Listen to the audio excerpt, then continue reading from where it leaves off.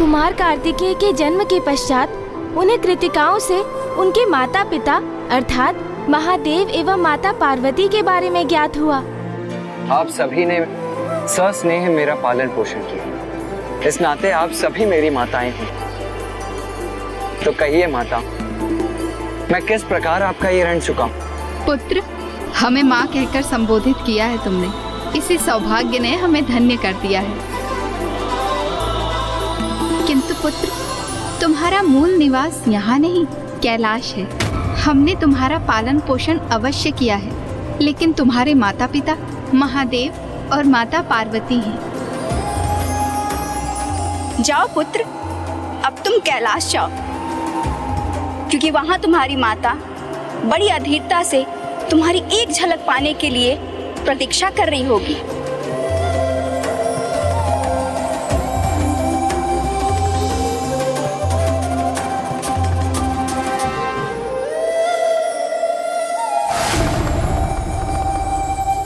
महादेव, माता पार्वती,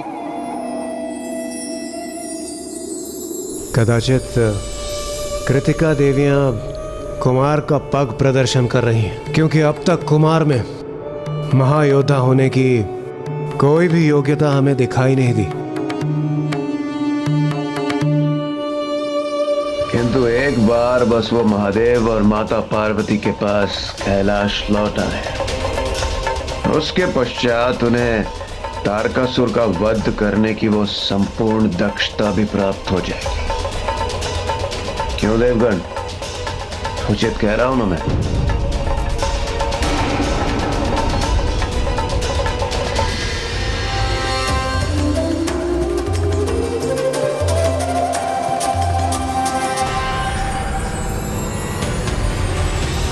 एक ओर जहां महादेव पुत्र कुमार कार्तिकेय का जन्म हो चुका था, वहीं दूसरी ओर दुष्ट तारकासुर भी युद्ध के लिए अपनी नई योजना बना चुका था।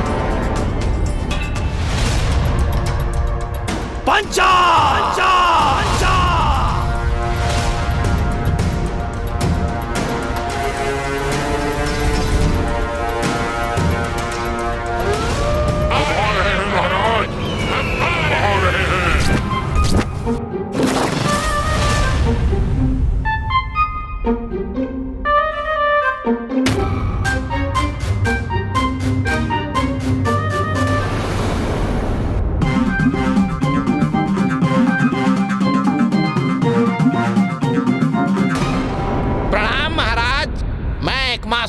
उपस्थित हूँ। ये छोटा मोटा असुर महादेव पुत्र का वध करेगा?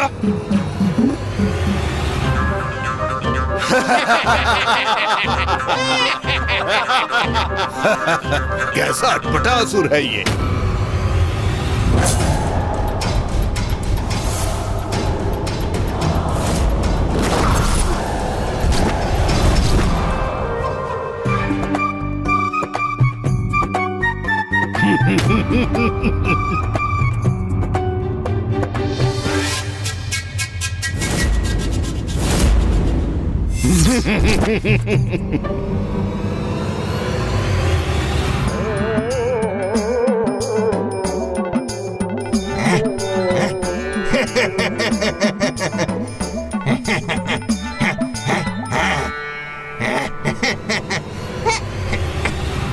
हम सब पुनः पीछे छूट गए और दुष्ट एक मासुर हम सबसे पहले पहुंच गया।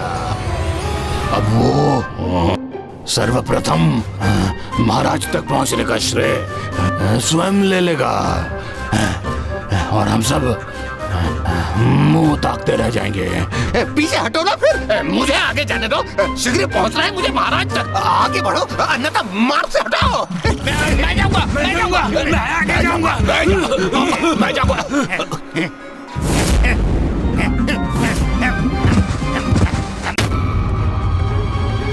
प्रणाम असुर सम्राट तारकासुर। पंचा, ये है मेरे पंचा।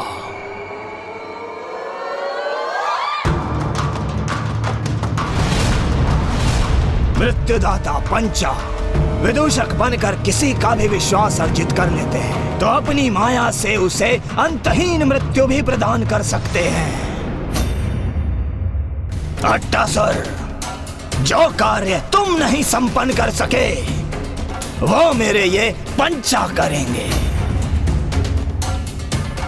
ये वध करेंगे उस महादेव पुत्र का, उस महादेव पुत्र का।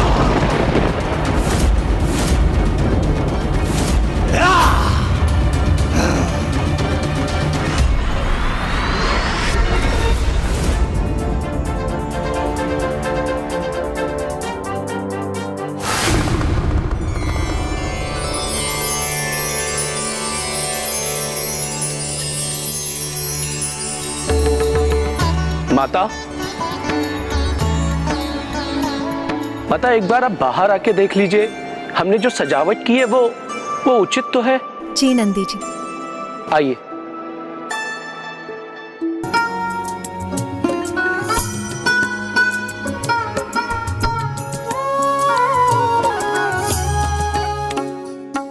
दिए कहाँ है नंदी जी? माता, गण अभी उन्हें भी उनके स्थान पर रख रहे हैं, देखिए। दिए पर्याप्त होने चाहिए नंदी जी। संपूर्ण कैलाश उनके प्रकाश से जगमगाता चाहिए मुझे। कैलाश का दीपक जो आ रहा है, मेरा पुत्र आ रहा है।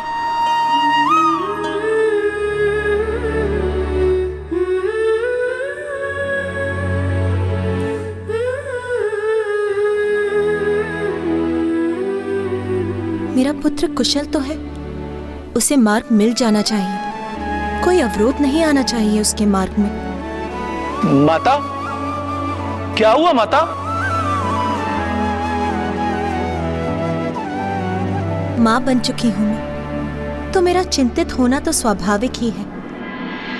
मैं तो बस अपने हृदय को यही विश्वास दिला रही हूं कि सब कुछ कुशल तो है ना। मेरे पुत्र के साथ कुछ अप्रिय तो घटित नहीं होने जा रहा ना। अब खड़े क्यों हो? जाओ, महादेव पुत्र का अंत करके लौटो।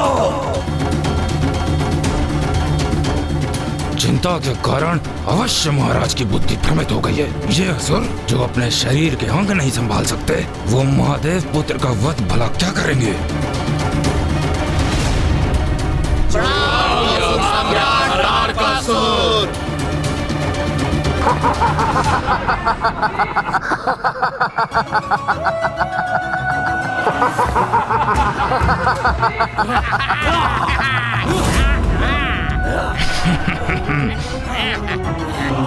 क्षमा कीजिए महाराज, किंतु ये वध करेंगे उन कुमार का?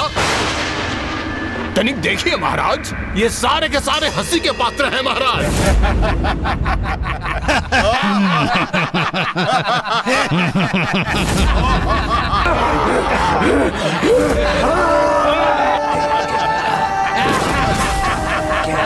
पंचा, बड़े दीर्घ और कठिन यात्रा पर जा रहे हो तुम, तो इसलिए कुछ भोजन तो आवश्यक है ना। जी महाराज, हम आपके इस उत्तम विचार से सहमत हैं। हम सब यही सोच रहे थे, क्यों न इस हास्यास्पद दुष्ट को अपना भोजन बना लें। हाँ? मुझे अपना भोजन बनाएंगे ये? तो उचित है, कदाचित इसे तुम्हें लेकर जितने भी संशय हैं वो सब शांत हो जाएंगे।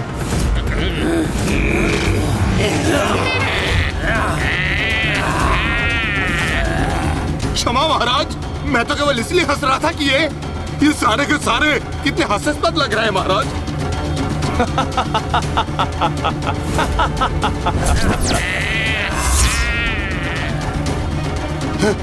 क्षमा।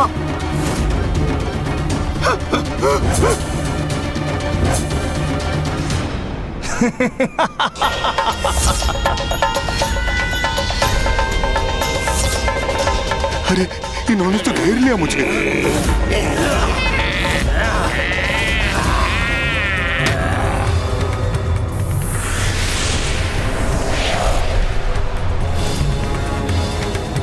विचित्र है, मायावी है, भयंकर है ये पंचासुर।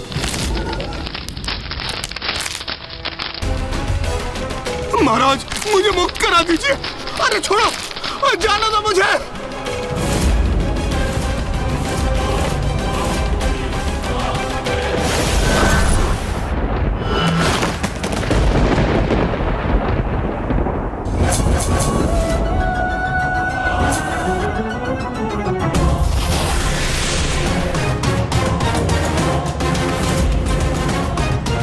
इनकी माया और दुष्टता धूर्त भी है और मायावी भी। इनसे पार पाना तो किसी के लिए भी कठिन होगा, कदाचित महादेव पुत्र के लिए भी।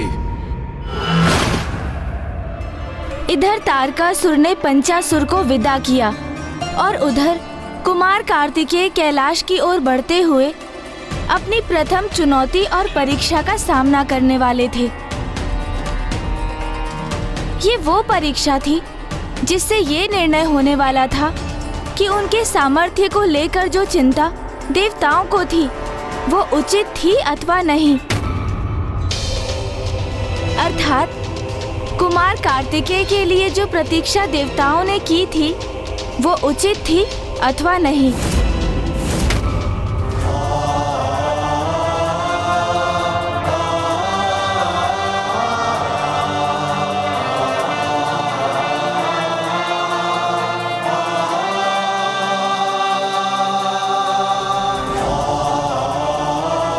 वो रहा कैलाश, अर्थात मेरे माता पिता, जगत पिता महादेव और जगत माता माता पार्वती का निवास स्थान।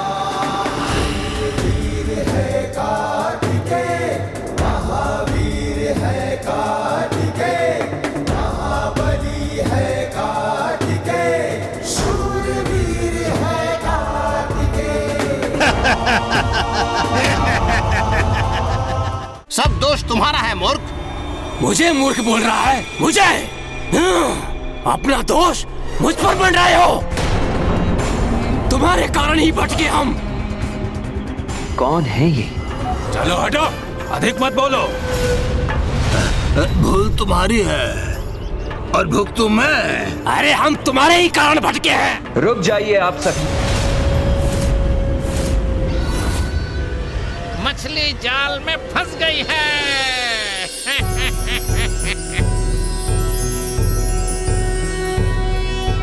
योगीश्वरो महासेनः कार्तिकेयो अग्निनंदनः स्कंदः कुमारः सेनानिः स्वामी शंकर संभव। अच्छा, ये है महादेव के पुत्र कुमार। कितने तेजस्वी हैं ये कुमार। इस बालक कुमार को तो अपने जाल में फंसाकर इसका अंत करना तो बहुत सरल कार्य है मेरे लिए।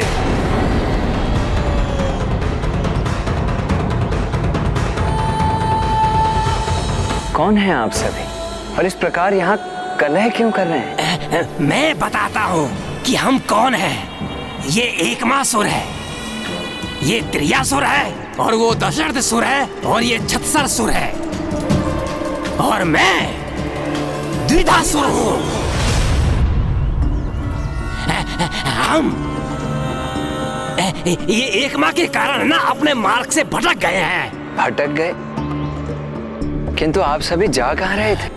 कैलाश और कहाँ। हम महान महादेव के दर्शन के इच्छुक हैं। इसी अभिलाषा को हृदय में धरकर कैलाश जा रहे हैं। ये यात्री पिताश्री के दर्शन करना चाहते हैं तो इन्हें कैलाश ले जाना मेरा कर्तव्य है। आपकी समस्या का निवारण मैं किए देता हूँ। मैं भी कैलाश ही जा रहा हूँ, तो यदि आप सभी चाहें तो मेरे साथ आ सकते हैं। ये कौन मूर्ख है और उसकी सहायता क्यों कर रहे हैं कुमार? इंद्रदेव, कुमार शीघ्र अतिशीघ्र कैलाश पहुंचने को आतुर हैं, किंतु मार्ग में वो भटके हुए यात्रियों का मार्गदर्शन करने के लिए रुक रहे हैं, तो आप उससे इतने विचलित क्यों हो रहे हैं? विचलित मैं नहीं सूर्यदेव, कुमार हो रहे हैं। प्रतीत होता है अकेले कठिन यात्रा करने के विचार से ही वो भय का अनुभव कर रहे हैं, इसलिए वो किसी का साथ पाने के लिए आकांक्षी है। क्योंकि है तो वो सुकुमार किशोर ही ना।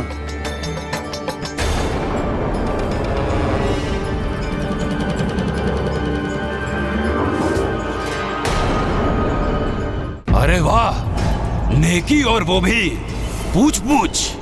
हमारी समस्या का हल तो हो गया। हमारा गंतव्य स्वयं हमारे सामने उपस्थित है।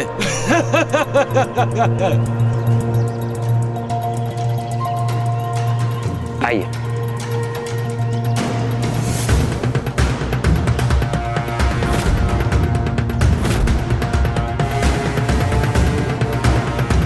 वैसे क्या आप भी महादेव के दर्शन करने जा रहे हैं? दुविधासुर, ये तो मात्र एक सरल बालक ही है। इसको अपनी ही बातों में उलझा के रखना और अपना कार्य सरल हो जाएगा। आपने अपना परिचय नहीं दिया। मेरा परिचय वो तो मुझे महादेव और माता पार्वती ही देंगे। अच्छा, आप इतना ही बता दीजिए, आपका नाम क्या है? मुझे मेरा नाम भी महादेव और माता पार्वती से ही प्राप्त होगा। दिवंगत नहीं, स्वर्गवासी नहीं, हम वीरों द्वारा मारा गया। अब तो उन्हें ऐसा ही कोई नाम रखना पड़ेगा।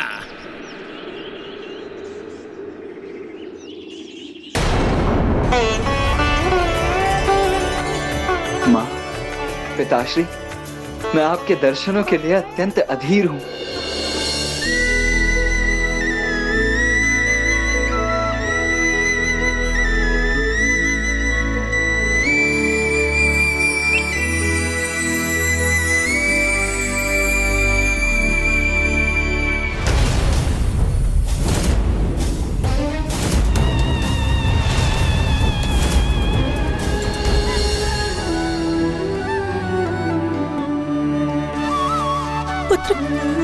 पुत्र कहाँ हो तुम? मेरे नेत्र कब से तुम्हें देखने के लिए अधीर हो रहे हैं। शीघ्र आ जाओ पुत्र, मुझे तुम्हारी बहुत चिंता हो रही है।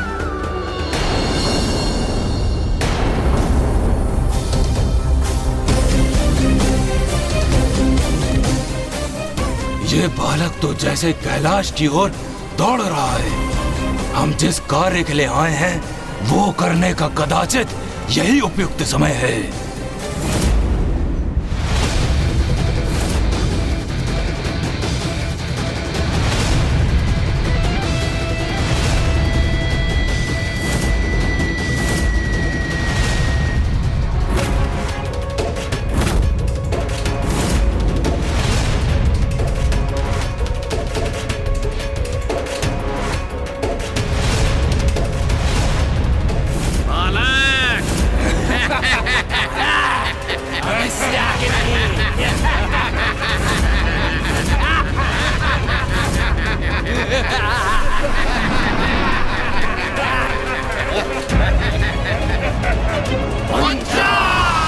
मुझे यहाँ क्यों फंसाया है तुम लोगों ने?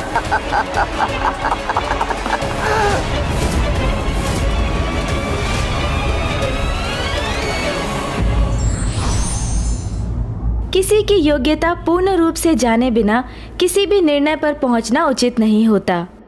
परिस्थिति कुछ ऐसी बनी कि तारकासुर द्वारा भेजे गए उनके पंचासुरों ने महादेव पुत्र कुमार को चारों ओर से घेर लिया।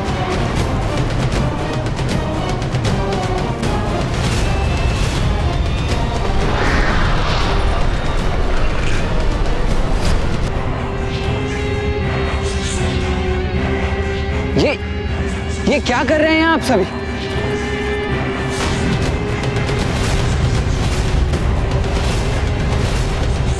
ये क्या? इन असुरों ने तो कुमार को बंदी बना लिया। कौन है ये मायावी और कैसा छल है ये? मुझे तो इतने अंधकार में कुछ दिखाई भी नहीं दे रहा। ये कैसा अप्रिय आभास हो रहा है मुझे, जैसे मेरी श्वास ही बाधित हो रही हो। मेरा पुत्र अवश्य किसी संकट में है।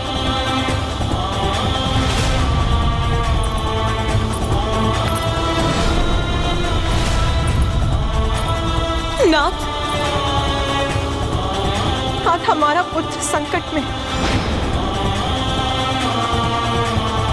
एक माँ की ही अंतर्दृष्टि इतनी सशक्त होती है कि दूर होकर भी उसे उसकी संतान पर आए संकट का भान हो जाता है और उसका हृदय व्याकुल हो उठता है।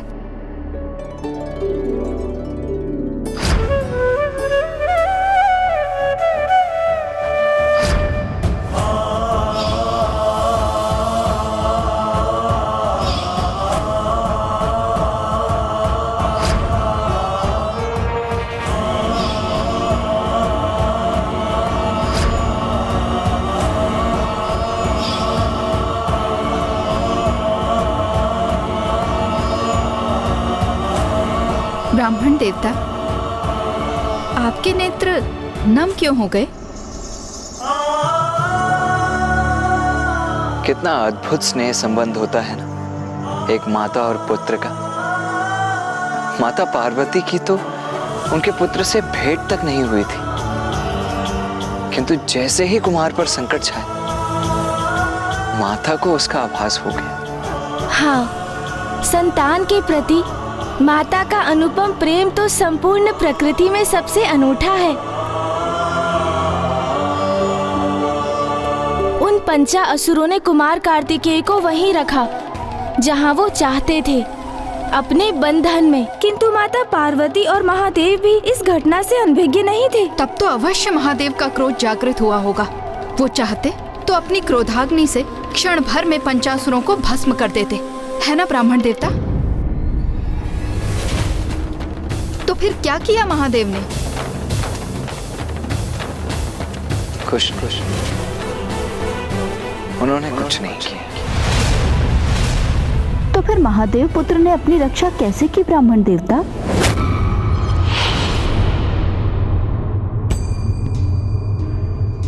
मुझे ज्ञात है पार्वती, तारकासुर के असुरों ने हमारे पुत्र को अपने बंधन में बांध लिया है। नाथ, आप शीघ्र जाकर कुछ कीजिए, अन्यथा मैं स्वयं जाकर उसकी रक्षा करूंगी। कितनी बार रक्षा करेंगी आप उसकी? हाँ? ये कैसा प्रश्न है?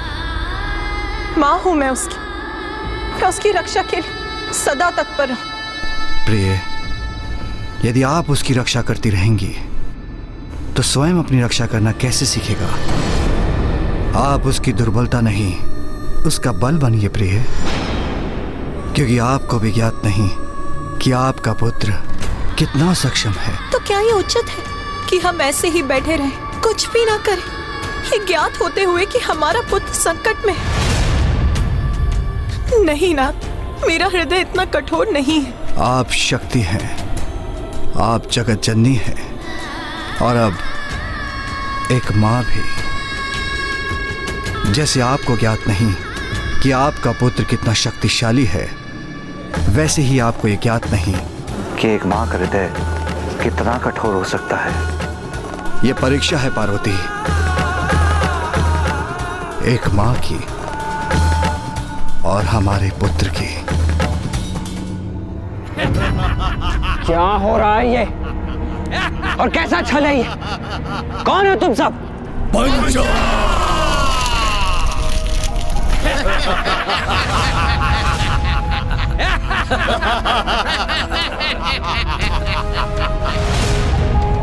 मुझे यहाँ क्यों फंसाया है तुम लोगों ने?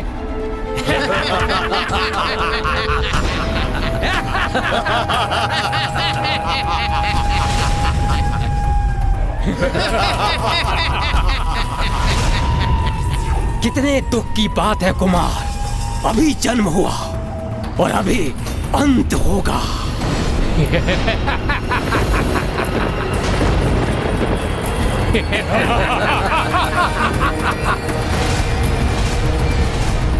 मुझसे क्या शत्रुता है तुम्हारी? मैं तो तुमसे परिचित भी नहीं हूं। किंतु हम परिचित हैं तुमसे, और इतना ही हमारा परिचय पर्याप्त है। हम काल हैं तुम्हारे, हमारी गुफा को भेद कर बाहर निकलना असंभव है। क्योंकि असुर गुरु शुक्राचार्य से वरदान प्राप्त है हमें। पंचासुर हैं हम पांचों की इस गुफा में बंदी, कोई भी यहाँ से मुक्त नहीं हो सकता।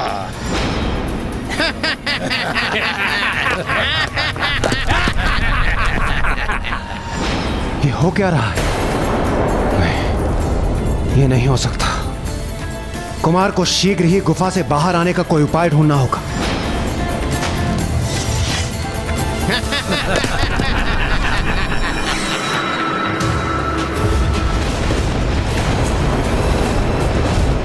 शांत हो जाइए पार्वती, शांत हो जाइए। अपनी अधीरता का परित्याग कर अपने भीतर विश्वास जागृत कीजिए। हमारा पुत्र स्वयं उस मायावी गुफा से बाहर आकर अपनी अपार सामर्थ्य का प्रमाण देगा।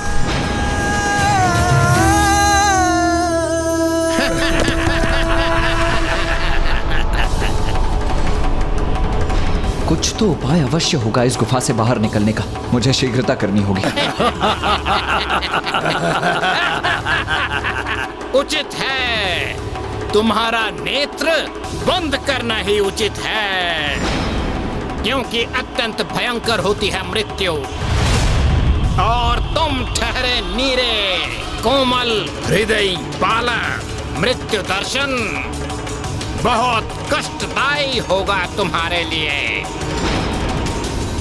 तुम्हारा अंत निश्चित है कुमार, क्योंकि हम पंचासुरों को मिला वरदान निरर्थक नहीं हो सकता। और हम पंचासुर जब तक एक दूसरे से विलग नहीं होते तब तक ये गुफा ऐसे ही स्थिर रहेगी, स्थिर रहेगी। जब तक एक दूसरे से विलग नहीं होते तब तक ये गुफा ऐसे ही स्थिर रहेगी। क्या क्या कहा तुमने? 5 असुर?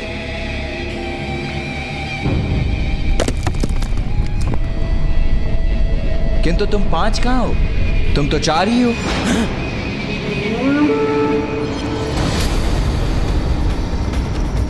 मूर्ख कुमार, हम 5 ही हैं।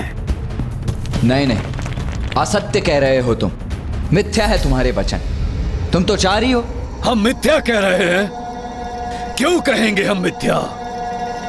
असत्य तो तुम कह रहे हो, और सत्य ये है कि हम 4 नहीं 5 हैं।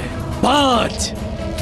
मिथ्या वचन कहने वाले असुरों का तनिक भी विश्वास नहीं है मुझे ज्ञात है। मैंने गिना था तुम्हें।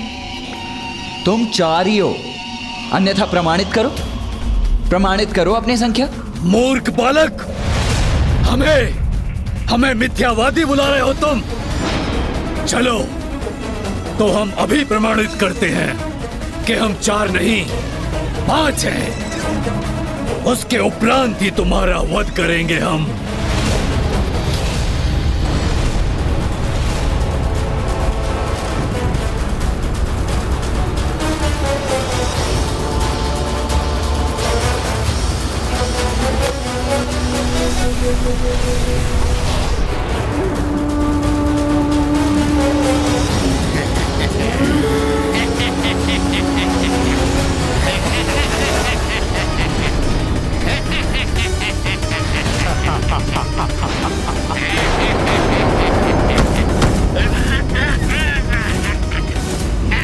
छोड़ो मुझे। क्या कर रहे हो तुम? छोड़ो मुझे।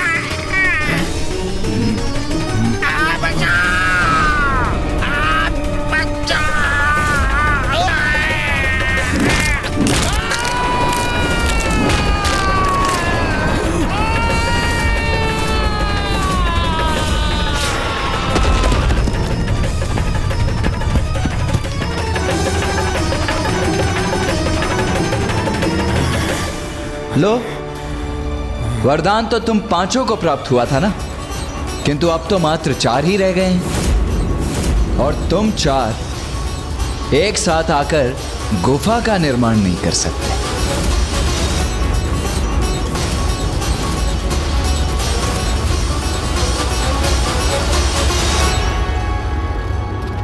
आपने देखा इंद्रदेव, कुमार ने कितनी कुशलता से इस असुर का संहार किया। अब तो आपको विश्वास हो गया ना कि इसी प्रकार वो तारकासुर का भी सर्वनाश करेंगे। अभी तो केवल एक ही तुच्छ असुर का अंत किया है कुमार ने।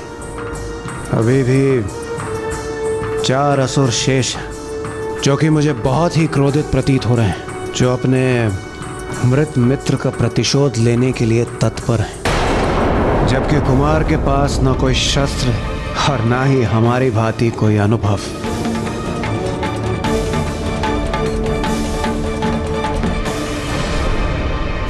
उचित कहा कुमार तुमने। हम 4 गुफा का निर्माण नहीं कर सकते, किंतु हम भी दिखाएंगे कि हम 4 क्या कर सकते हैं।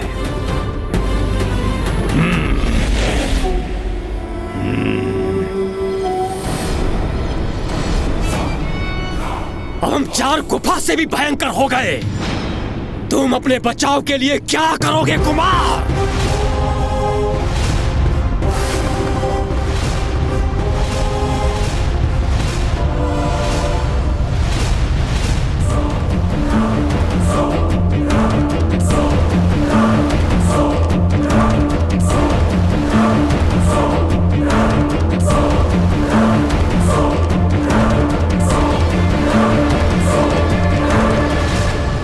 स्वामी, कोई आयुध नहीं है मेरे पुत्र के पास, और उन असुरों के 8 हाथों में 8 घातक आयुध।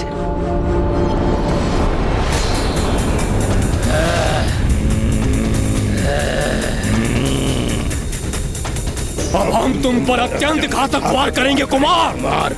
अंत तो तुम्हारा निश्चित है।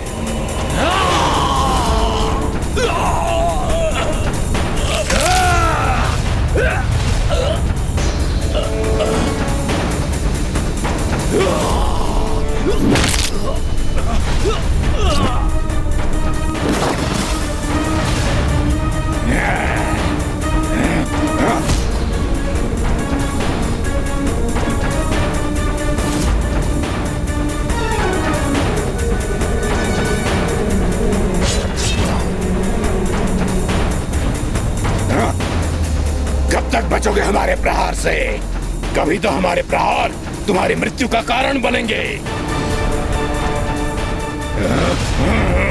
मुझे ध्यान से देखकर वार करना होगा इन पर।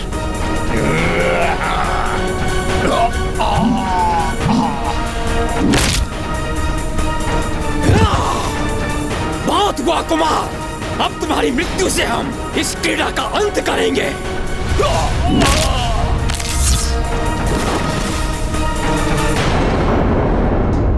योद्धा कभी आयु रोहित नहीं होता पार्वती, क्योंकि उसकी बुद्धि ही उसका सबसे बड़ा हथियार है।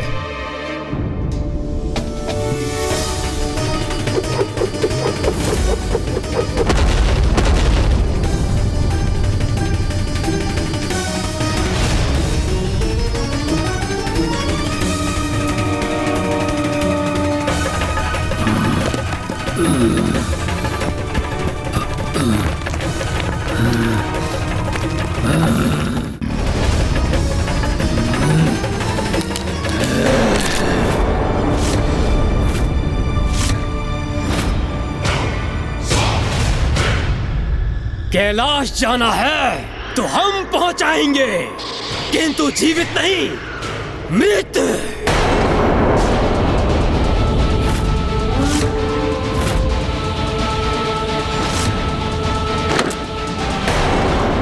बस अब मैं कुमार को अकेले इन दुष्टों से युद्ध करते हुए नहीं देख सकता। मैं चाह रहा हूं उनकी रक्षा करें। रुकिए सूर्यदेव, रुकिए सूर्यदेव, आप कहीं नहीं जा रहे। प्रणाम नारायण। महानायक है महादेव पुत्र, और एक महानायक को जन्म के पश्चात ही स्वयं को सिद्ध करना होता है। ये कुमार की परीक्षा है। अपनी योग्यता सिद्ध करने की आवश्यकता उन्हें है जिन्हें कुमार की क्षमता पर विश्वास नहीं।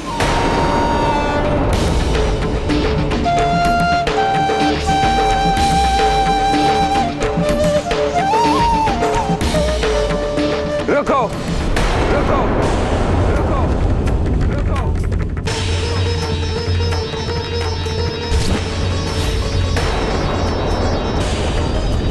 एक साथ मुझे जकड़ने का प्रयास कितना कठिन हो रहा है तुम लोगों के लिए। तुम सभी एक बार निर्धारित क्यों नहीं कर लेते कि तुम में से कौन मुझे अपनी भुजाओं में जकड़कर मेरा वध करेगा? अरे इतना अनिश्चय जो है तुम्हारे मध्य में, कौन मुझे पकड़ेगा, कौन मेरा वध करेगा, ये निश्चित ही नहीं है। यदि तुम मुझे पकड़ने में सफल हो भी जाते हो तो तुम में से कौन मेरा वध करेगा, ये ज्ञात भी है तुम्हें, क्योंकि मुझे अपना आहार तो तुम में से कोई एक ही बना सकता है ना, और वो अधिकार तो उसी का होता है जो सबसे अग्रणी हो और समूह का नायक हो। तो सर्वप्रथम ये निर्धारित कर लो कि तुम में से यहां नेतृत्व कौन कर रहा है।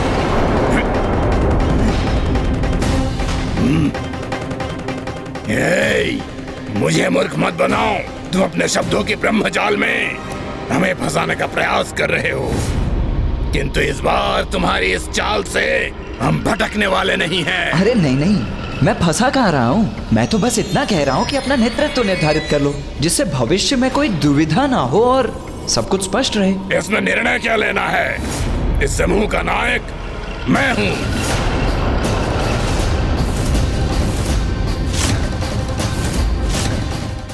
मैं नायक हूँ।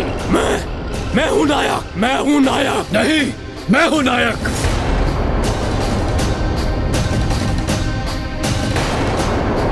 मैं हूँ नायक। मैं हूँ नायक। मैं हूँ नायक। मैं हूँ नायक। अच्छा ठीक है, शांति शांति शांति शांति। पूर्ण अनिश्चय की स्थिति है तुम्हारे मध्य में। अरे सर्वप्रथम ये निश्चित तो कर लो कि कौन है नायक और कौन मेरा वध करेगा। तब तक मैं थोड़ा विश्राम कर लेता हूं। मैं हूं नायक। एक मासुर तो रहा नहीं, द्विधासुर तो मैं हूं ना, तो नायक मैं हूं ना। क्यों? तुम क्यों हो गए हमारे नायक? हमारे समूह में सबसे बलशाली मैं हूँ, इसलिए इस समूह का अग्रणी मैं ही रहूंगा। कैसा नरकल प्रलाप है ये? बुद्धि तो सर्वाधिक मेरी कुशाग्र है, तो नायक तो मैं ही रहूंगा ना। शांत हो जाओ तुम सभी। मैं नायक हूँ क्योंकि तुम सबसे ज्यादा शक्तिशाली मैं हूँ। मेरी शक्ति के सामने तुम लोग नहीं टिक सकते, इसलिए तुम्हें मेरा नेतृत्व स्वीकार करना होगा। शक्तिशाली तुम नहीं, मैं हूँ।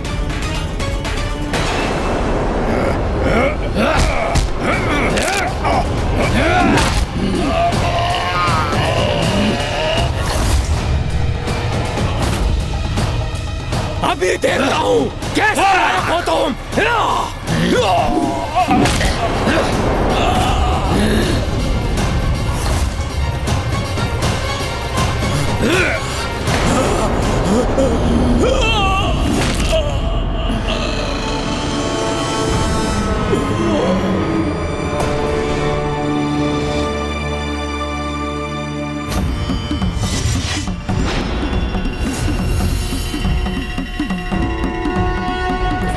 यही चाहते थे ना तुम कि हम सब आपस में लड़कर एक दूसरे का वध कर डालें, किंतु ये दुर्भाग्य है तुम्हारा कि अभी मैं शेष हूं।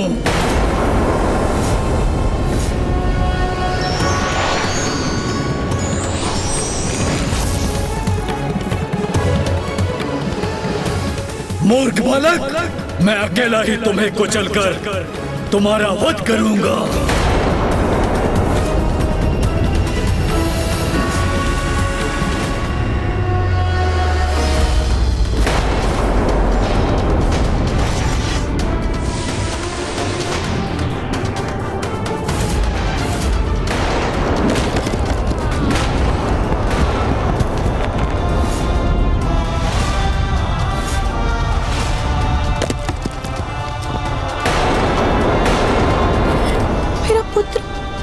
मेरा पुत्र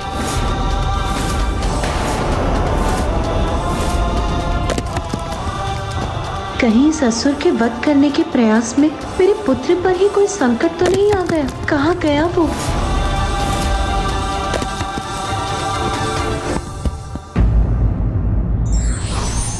जो संकट बल से ना टले हो उसे युक्ति से टालने में ही समझदारी है।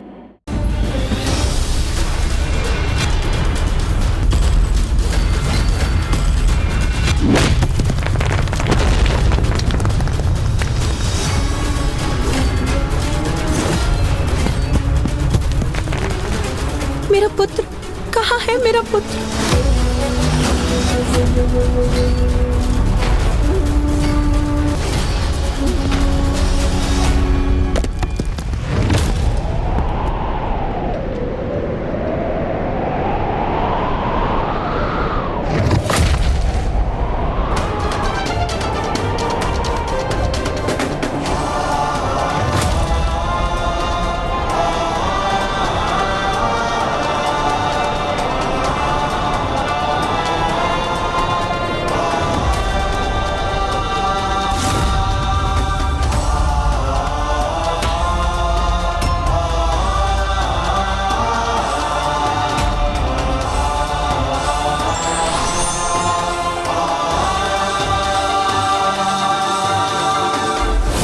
अपने मुष्टि प्रहार से उस पर्वत को 2 भागों में बांट दिया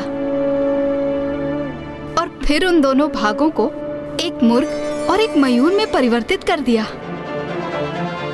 दशार्थ, अपनी शक्तियों से मैंने तुम्हें 2 ऐसे निर्दोष पक्षियों में परिवर्तित कर दिया जो कभी किसी को हानि नहीं पहुंचाते। इसीलिए तुम भी कभी किसी का बुरा नहीं कर पाओगे।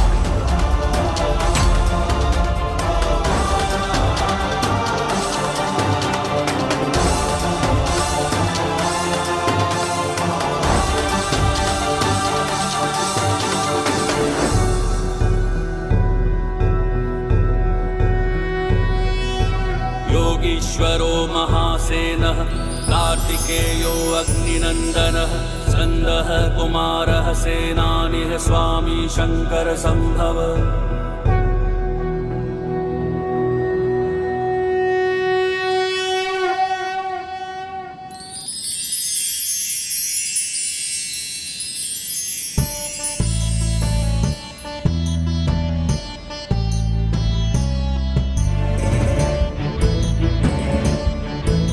प्रभु,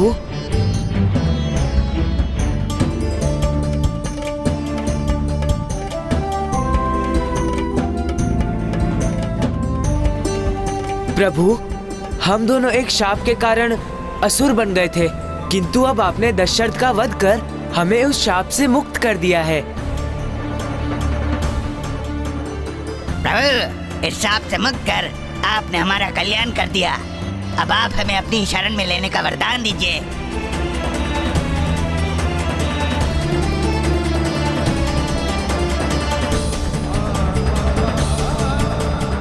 उचित है मयूर जी, अब से आप मेरे वाहन बनेंगे, मेरे वाहन बनेंगे।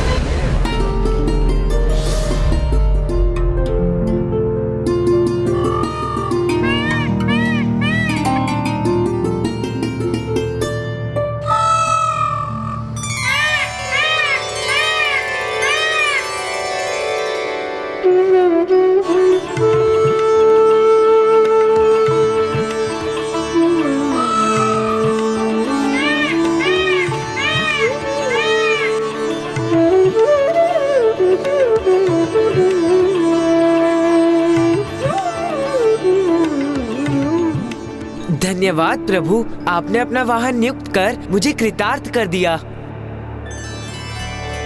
मुझे याद है प्रभु, मैं मयूर के समान सुंदर नहीं, कदाचित इसलिए आपने मुझे इस सौभाग्य के योग्य नहीं समझा। किंतु मुझे अपनी सेवा है तो कुछ तो आदेश दीजिए प्रभु, मुझ पर भी तो कृपा कीजिए।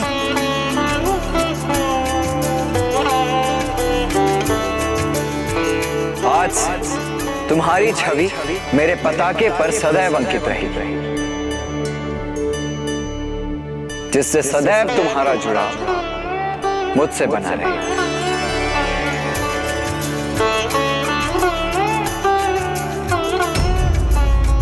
क्या हुआ? क्या तुम प्रसन्न नहीं हुए? नहीं प्रभु, ऐसी बात नहीं, किंतु मात्र मेरी छवि आपके साथ जुड़ेगी, स्वयं मैं नहीं प्रभु। उचित। तो आपके लिए मेरा यह आदेश है कि आज से मुझे और संसार के प्रत्येक जन को भोर में सूर्योदय से पूर्व तुम बांग देकर उन्हें उनकी निद्रा से उठाओगे। तुम्हारी बांग से सभी जन समय पर नित्य कर्म और संस्कार आदि का पालन करेंगे और इस प्रकार तुम सभी को नित्य धर्म का पालन करने के लिए प्रेरित करोगे। धन्यवाद प्रभु।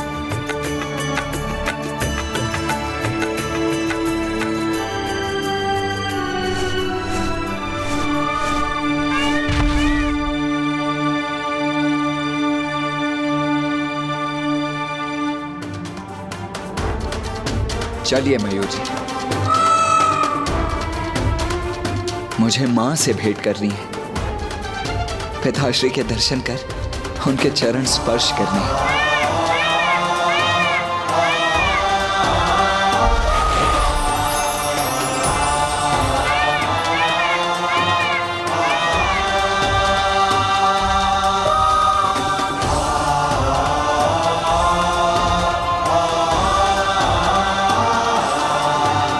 क्यों देवराजन, अब तो आपको कुमार के सामर्थ्य पर विश्वास हुआ ना? हाँ हाँ नारायण, मैं तो प्रथम दृष्टि में ही कुमार को पहचान गया था और मुझे पहले से ही ज्ञात था कि कुमार अवश्य तारकासुर का वध करने में समर्थ है और वही हमें उसके आतंक से मुक्ति दिला सकते हैं।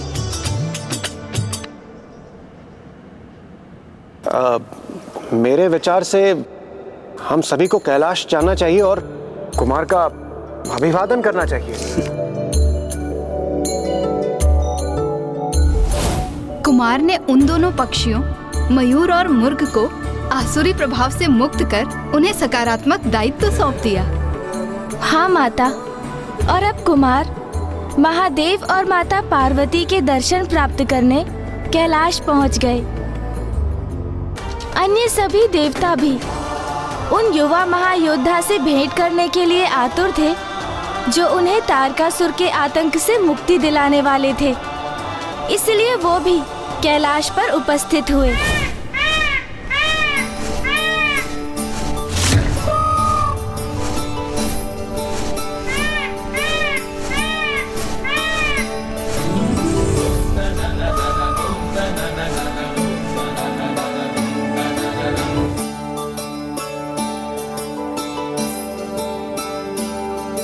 माँ, माँ, माँ।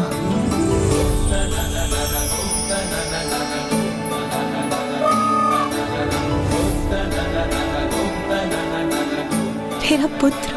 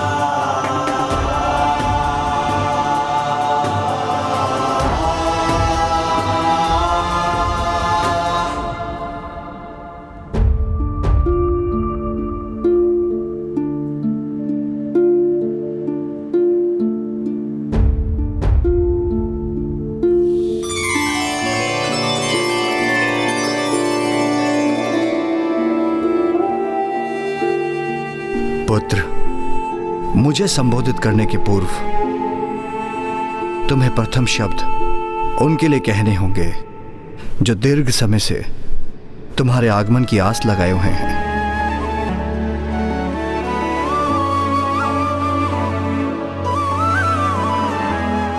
माँ,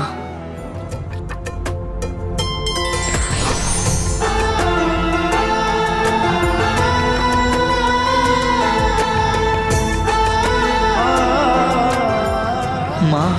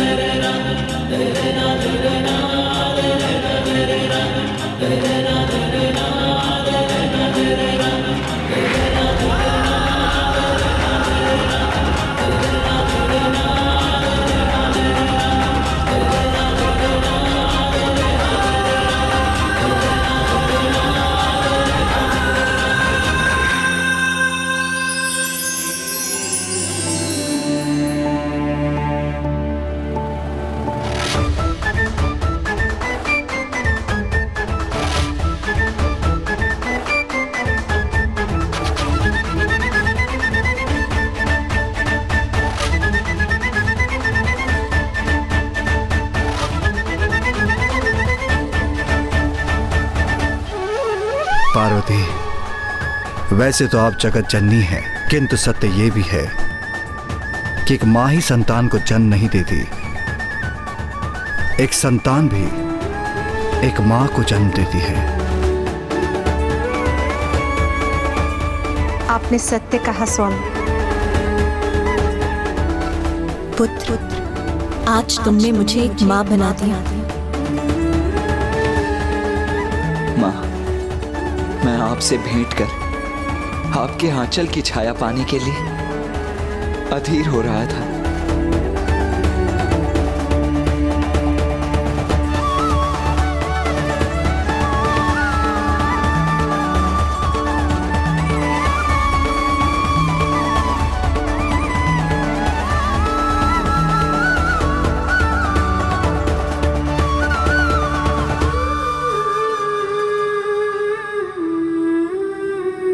पुत्र, तुमने जन्म लेते 6 कृतिकाओं से पोषण प्राप्त किया।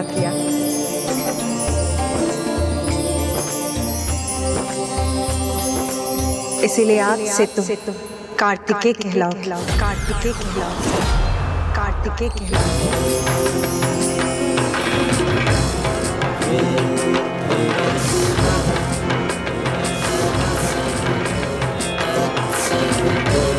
और तब तुम्हें 6 शीश भी धारण किए थे, इसीलिए तुम्हें छदानन भी कहा जाएगा।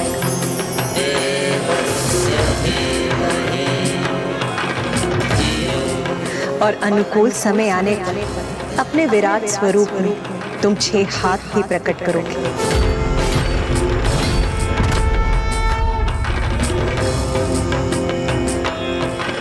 कार्तिकेय अति सुंदर और उपयुक्त नाम है। और तुम मेरी उस ऊर्जा से उत्पन्न हुए हो जो मुझसे छलक कर सरकंदूप द्वारा धारण की गई।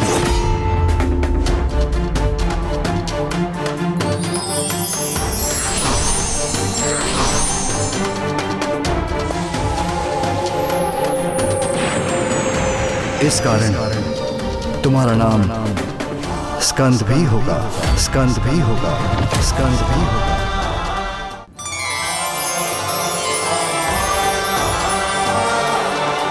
कुमार कार्तिकेय की जय, कुमार कार्तिकेय की जय, कुमार कार्तिकेय की जय, कुमार कार्तिकेय की जय, कुमार कार्तिकेय की जय, कुमार कार्तिकेय की जय, कुमार कार्तिकेय की जय, कुमार कार्तिकेय की जय, कुमार कार्तिकेय की जय। और इस प्रकार जगत जननी माता पार्वती एक पुत्र की माँ भी बनी, क्योंकि कुमार कार्तिकेय भी अब संसार में स्कंद नाम से भी विख्यात होने वाले थे।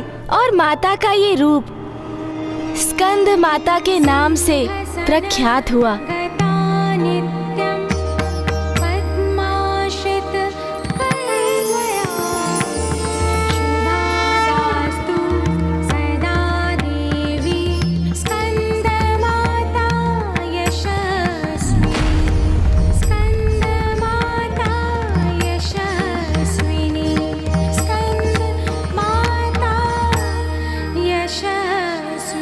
देवता कुमार कार्तिकेय को देखकर अत्यंत प्रसन्न थे।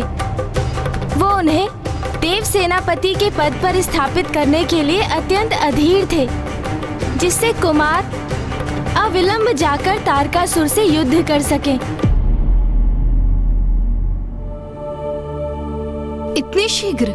किंतु अभी तो कुमार अपने माता पिता के पास कैलाश पहुँचे ही थे।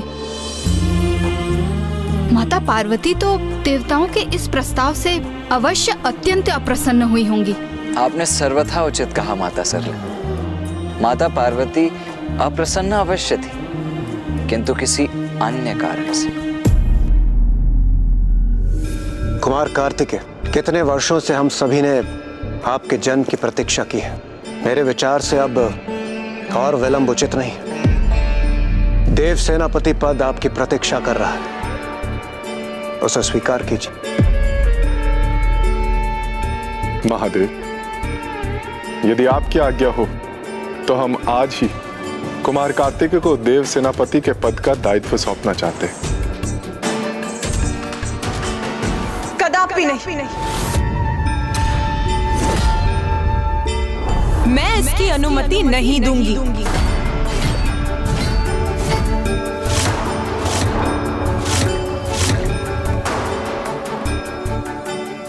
पूर्व में ही इतना विलंब हो चुका है, और यदि माता पार्वती ने आज्ञा देने से अस्वीकार कर दिया तो बहुत समय बीत जाएगा, और इतना समय कहाँ है हमारे पास।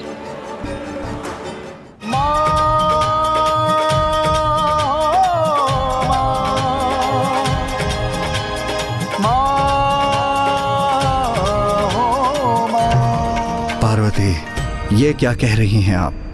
ये तो कार्तिकेय की नियति है। आप उसकी नियति में बाधा क्यों उत्पन्न कर रही हैं? आप सभी तो बस तारकासुर का वध चाहते हैं, वो भी मेरे पुत्र के द्वारा। किंतु क्या आप सभी को ये दिखाई नहीं देता कि मेरा पुत्र अभी पूर्ण रूप से परिपक्व नहीं है? इंद्रदेव, शेष और कुशल महायोद्धा भी पूर्ण तैयारी और अभ्यास के बाद ही युद्ध के लिए प्रस्थान करते हैं, और आप बिना किसी तैयारी के मेरे पुत्र को उस क्रूर, निर्दयी और भयंकर असुर के समक्ष प्रस्तुत करना चाहते हैं। और तो और अभी मेरे पुत्र के पास कोई अस्त्र शस्त्र भी नहीं है। किंतु माता, हम सभी कुमार कार्तिकेय के युद्ध कौशल और उनकी बुद्धि के सामर्थ्य के साक्षी रह चुके हैं। उन्होंने पंच असुरों से युद्ध कर उन्हें परास्त किया है। मेरे विचार से तारकासुर से युद्ध करने के लिए कुमार कार्तिकेय संपूर्ण रूप से तैयार है। इंद्रदेव, क्या कुमार कार्तिकेय आपका पुत्र है?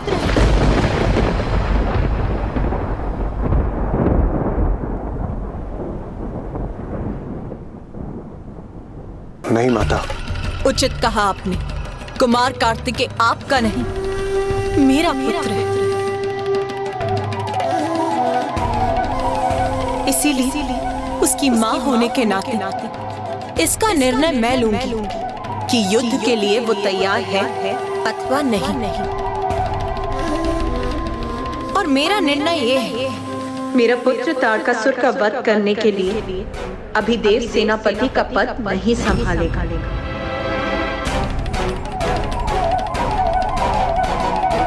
किंतु माता, कुमार कार्तिकेय को शिक्षा प्रदान करने वाले उनके गुरु कौन होंगे?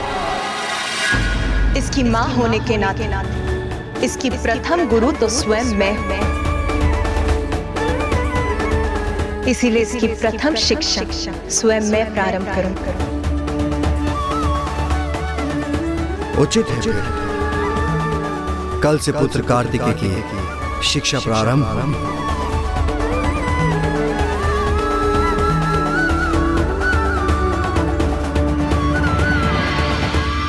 पुत्र, तुम स्नानादि से निवृत्त हो, अपना तन और मन शुद्ध कर चुके हो, इसलिए अब तुम्हें पंचाग्नि तप आरंभ करना चाहिए।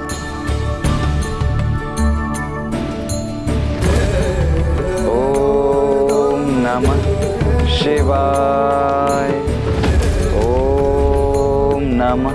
एक और जहाँ कुमार कार्तिकेय माता पार्वती के संरक्षण में कठोर तप कर अपनी शक्ति एवं सिद्धियां अर्जित करने में लगे थे, वहीं दूसरी ओर तारकासुर को जब ज्ञात हुआ कि उनके पंचासुरों का वध कुमार कार्तिकेय ने कर दिया है, तो अब वो स्वयं कुमार कार्तिकेय का सामना करने की ठान लेता है। कोई कितना भी प्रतिभावान हो, पर उचित मार्गदर्शन और अभ्यास उसकी प्रतिभा को निखारने के लिए अति आवश्यक है। ओम नमः शिवाय। ओम नमः शिवाय। माता के निर्देशानुसार कुमार कार्तिकेय ने संपूर्ण निष्ठा से वहां स्थित लौ पर अपना ध्यान केंद्रित कर पंचाग्नि तप और पंचाक्षर मंत्र ओम नमः शिवाय का उच्चारण करना आरंभ कर दिया। जैसे जैसे वो अपने तप में लीन होते गए और उनकी एकाग्रता बढ़ने लगी, वैसे ही दीपक की अग्नि विभक्त होकर उनके चारों ओर पंचाग्नि प्रज्वलित करने लगी। ये उनके समस्त चक्रों के पूर्ण रूप से जागृत होने का प्रमाण था, जिससे उन्हें आत्मज्ञान का बोध हो।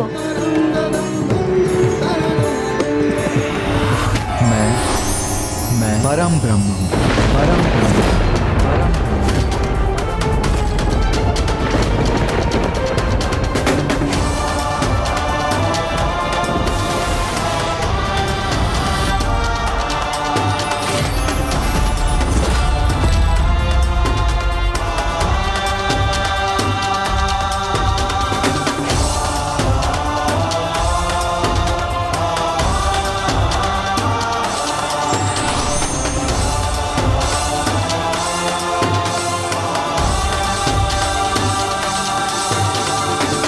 पुत्र, अब तुम्हें अपना दिव्य वास्तविक परिचय ज्ञात हो।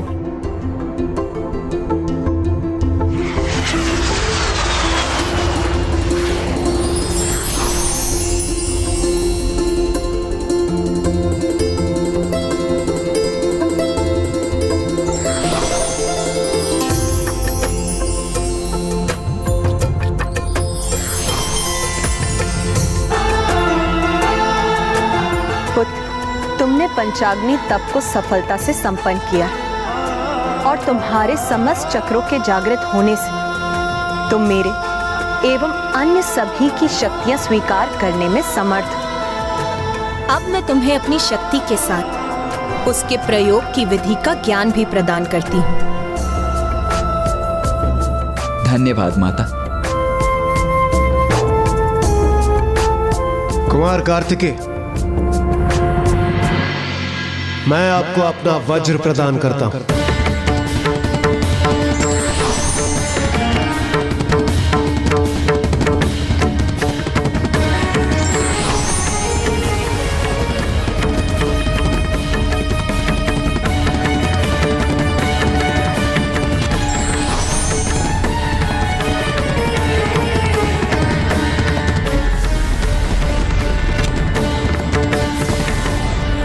मेरा ये वज्र स्वीकार कीजिए कुमार कार्तिकेय। आप जब भी इसका आवाहन करेंगे, यह आपके समक्ष प्रस्तुत हो जाएगा। मैं आपका वज्र स्वीकार करता हूं देवराज।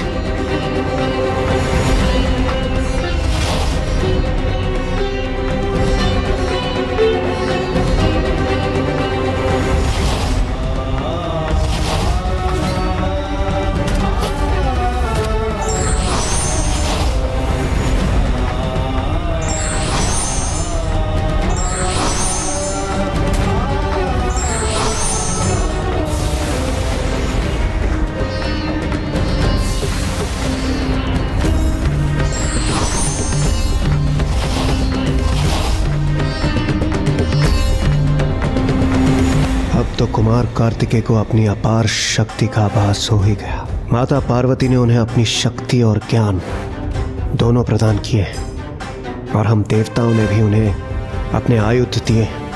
तो अब तो वो तारकासुर से युद्ध करने के लिए सर्वथा तैयार हैं।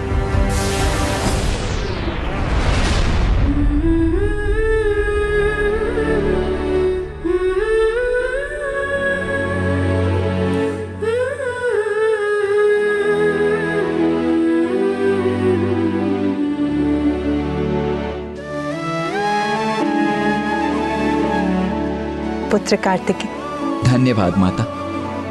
अब आज्ञा दीजिए। माता के बाद पुत्र के अगले गुरु उसके पिता होते हैं। मैं तुम्हें जो शिक्षा दे सकती थी दे चुकी। अब तुम्हें अपने पिताश्री से शिक्षा प्राप्त करनी चाहिए।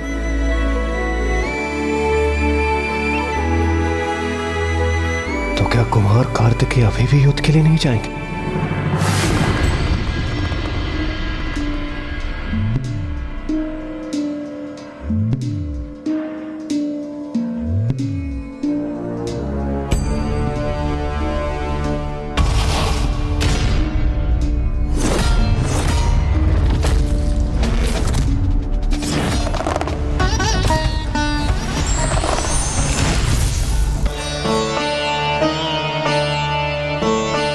पिताश्री,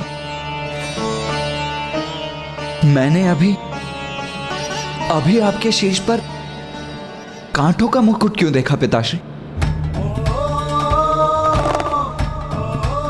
पुत्र, तुम्हारी मां से शिक्षा प्राप्त कर समग्र रूप से संपन्न हो चुके हो,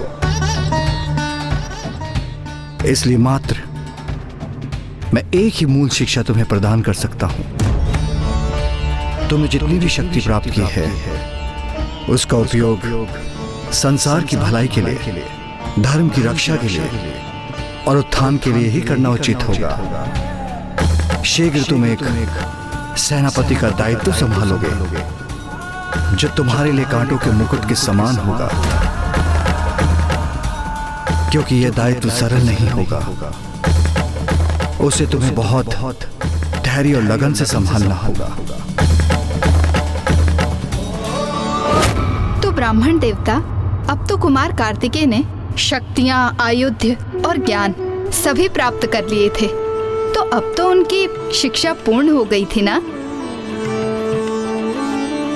माता पिता से ज्ञान और शक्ति दोनों अवश्य प्राप्त हुई थी उन्हें, किंतु जब तक वास्तविक गुरु का मार्गदर्शन ना प्राप्त हो तब तक ज्ञान कहाँ फलित होता है। तो अब कुमार की शिक्षा की पूर्णता के लिए उनके पिताश्री महादेव ने उन्हें अगस्त्य ऋषि के पास भेजा।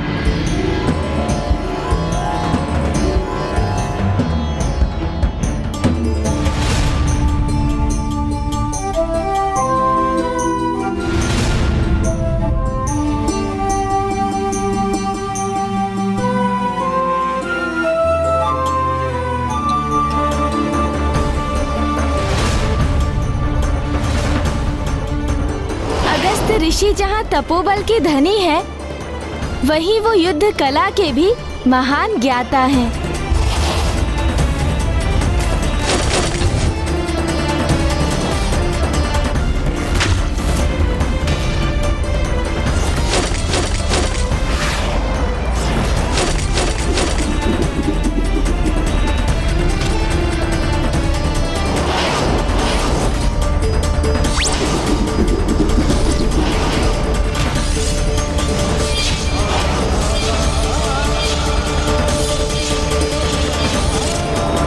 कार्तिकेय, मैंने आपको अपने शिष्य के रूप में स्वीकार कर आपको संपूर्ण युद्ध कौशल की विद्या प्रदान की है। अब आप पूर्ण रूप से प्रशिक्षित हो चुके हैं, अतः आप यहां से प्रस्थान करने के लिए मुक्त हैं। इस प्रकार माता पार्वती, पिता महादेव एवं गुरुवर ऋषि अगस्त्य से ज्ञान प्राप्त कर कुमार कार्तिकेय अब देव सेनापति पद को संभालने के लिए पूर्णतया तत्पर थे। महादेव पुत्र पार्वती नंदन कुमार कार्तिकेय के देव सेनापति पद पर स्थापित होने हेतु उनके अभिषेक का शुभारंभ हो।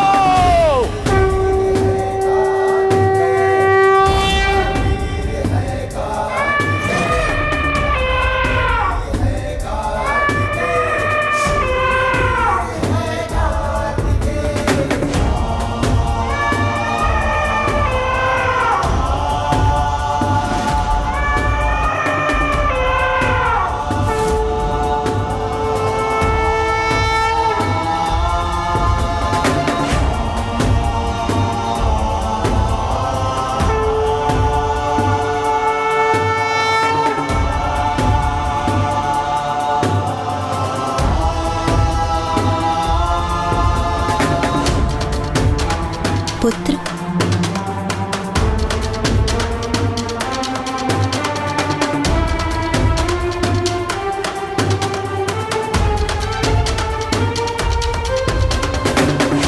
देव सेनापति कुमार कार्तिकेय की, देव सेनापति कुमार कार्तिकेय की, देव सेनापति कुमार कार्तिकेय की, देव सेनापति कुमार कार्तिकेय की, देव सेनापति कुमार कार्तिकेय की।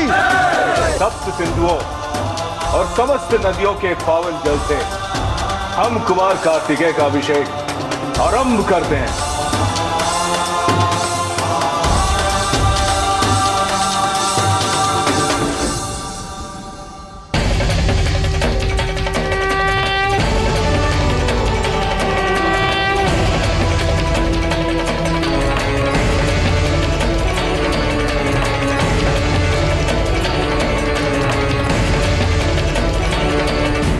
आयुष्मान भव पुत्र।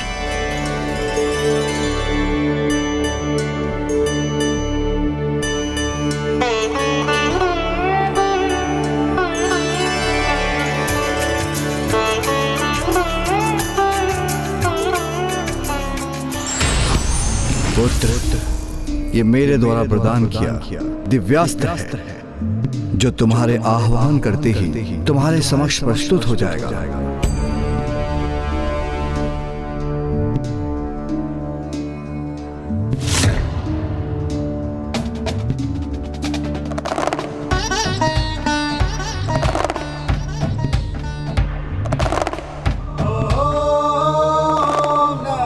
धन्यवाद पिताश्री।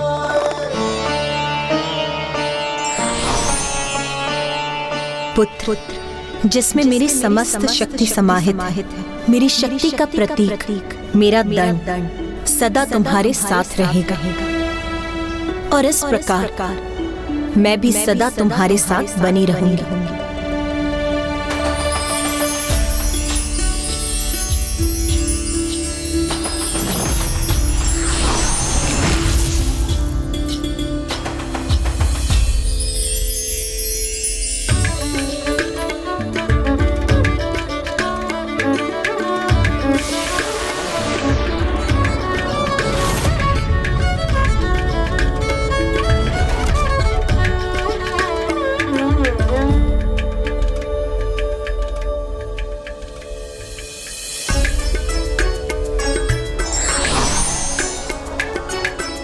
पुत्र,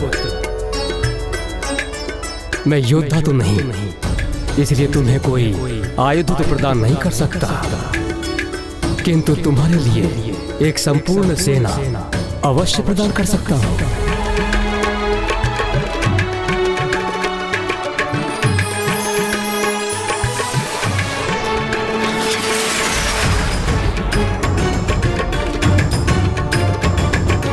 देव सेनापति कुमार कार्तिकेय की, देव सेनापति कुमार कार्तिकेय की, देव सेनापति कुमार कार्तिकेय की, देव सेनापति कुमार कार्तिकेय की, देव सेनापति कुमार कार्तिकेय की, देव सेनापति कुमार कार्तिकेय की, देव सेनापति कुमार कार्तिकेय। प्रतीत होता है कुमार कार्तिकेय अब सेनापति पद पर स्थापित हो ही गए हैं। मैं तुम्हारी प्रतीक्षा कर रहा हूं कुमार, क्योंकि अब तुम्हारा सामना कर तुम्हारा अंत करने में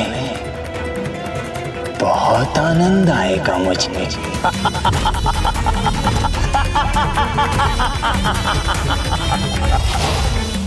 और इस प्रकार महादेव पुत्र पार्वती नंदन कुमार कार्तिकेय देव सेनापति पद पर स्थापित हुए। उनके लिए तो तारकासुर का वध करना बालकों की क्रीड़ा के समान सरल रहा होगा ना?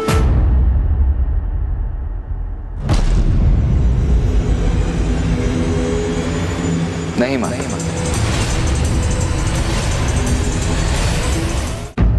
तारकासुर अत्यंत शक्तिशाली त्रिलोक विजेता था।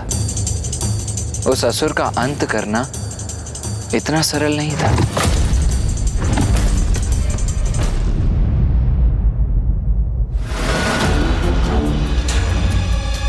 इतना कुछ घटित हो गया महाराज, और आप अभी भी निश्चिंत बैठे हैं। ये मेरी समझ के बाहर है महाराज। क्या घटित हो गया जिसकी चिंता करनी चाहिए मुझे?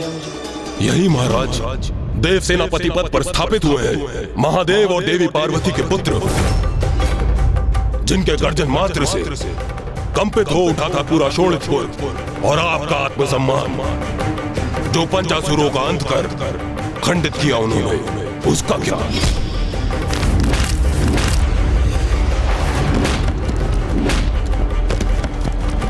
इतना ही नहीं महाराज, उनमें से एक को तो अपना वाहन भी बना लिया उन्होंने। मेरी विनती सुनिए महाराज, अभी भी समय है, सावधान हो जाइए, क्योंकि अब वो अवश्य ही यहाँ पर आक्रमण करने की तैयारी कर रहे होंगे। आक्रमण ही तो चाहता हूं, मैं भी चाहता हूं कि समस्त देव सेना, देवतागण और वो कुमार कार्तिकेय यहाँ पर धावा बोलने पहुंचे, और मैं उन्हें अपने मायावी नगर शोणितपुर में ऐसे मायावी जाल में डालूं कि मेरे सभी शत्रु एक साथ बंदी बन जाएं। एक और जहां तारकासुर युद्ध का आरंभ चाहता था, जिससे देव सेनापति कुमार कार्तिकेय एवं समस्त देवता उसकी नगरी शोणितपुर में आने के लिए विवश हो जाएं, किंतु वहीं दूसरी ओर देव सभा गहन विचार में लीन थी। गहन विचार? युद्ध के लिए अपनी रणनीति तैयार करने हेतु? नहीं माता, युद्ध नहीं। मेरे विचार से अब हमें तनिक भी विलंब किए बिना तारकासुर पर आक्रमण करना चाहिए। देव सेनापति, देवराज इंद्र तो अतिशीघ्र युद्ध चाहते हैं। अब निर्णय आपको लेना है कि इस विषय में आपका क्या विचार है।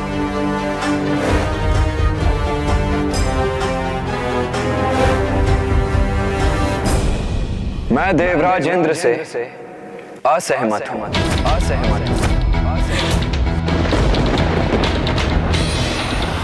धृष्टता क्षमा करें देवराज, किंतु युद्ध कोई बाल्य क्रीड़ा नहीं। युद्ध में विजय चाहे किसी की भी हो, किंतु उसका परिणाम सदैव भयंकर जनसंहार ही होता है। प्रत्येक युद्ध के पीछे किसी राजा का अहंकार एवं हठ होता है। एक के हठ के कारण अनेकों सैनिकों का विनाश सर्वथा अनुचित है। इसीलिए जब न्याय और धर्म की सत्ता स्थापित करने का कोई और मार्ग शेष न रहे, तभी एक अंतिम उपाय के रूप में युद्ध किया जाना चाहिए। मेरे विचार से हमें युद्ध के पूर्व एक दूत के माध्यम से तारकासुर को शांति का प्रस्ताव भेजना चाहिए। हमें एक ऐसा दूत भेजना होगा जो शांत और सौम्य व्यक्तित्व का स्वामी है, जिसे देखकर तारकासुर आशंकित न होते। इसके लिए तो सर्वथा उपयुक्त होंगे गंधर्व राजकुमार हंसराज। प्रणाम त्रिदेव। मेरे और मेरे समस्त गंधर्व समाज के लिए यह परम सौभाग्य की बात होगी कि मैं आपका दूत बनूं, देव सेनापति कुमार कार्तिकेय।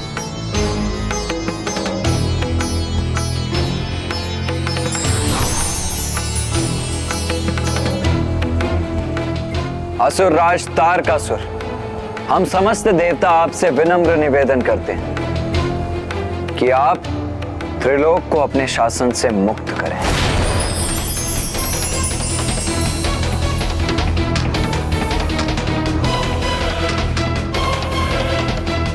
हमारा ये प्रस्ताव है कि शोणितपुर आपके अधीन रहेगा, किंतु आप देवताओं के किसी कार्य में, यज्ञ आदि में कोई बाधा नहीं डालेंगे।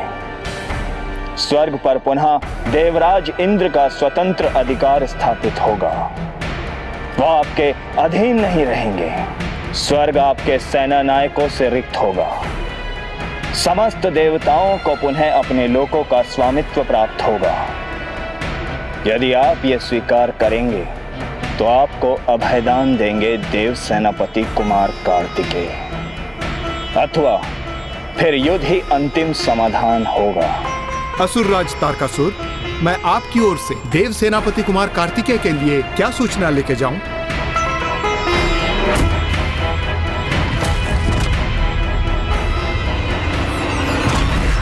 तुम्हारे देव सेनापति ने मेरे समक्ष कोई उपाय ही कहां छोड़ा है। उचित है तो जाओ और जाकर कह दो अपने देव सेनापति से कि हमारे पास भी उनके लिए एक संदेश है।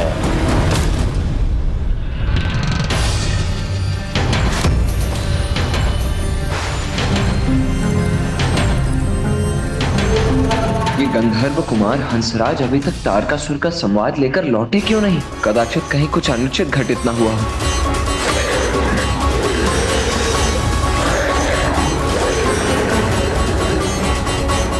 ये तो कोई असुरी पक्षी प्रतीत होता है। इसने अपने मुख में क्या पकड़ रखा है?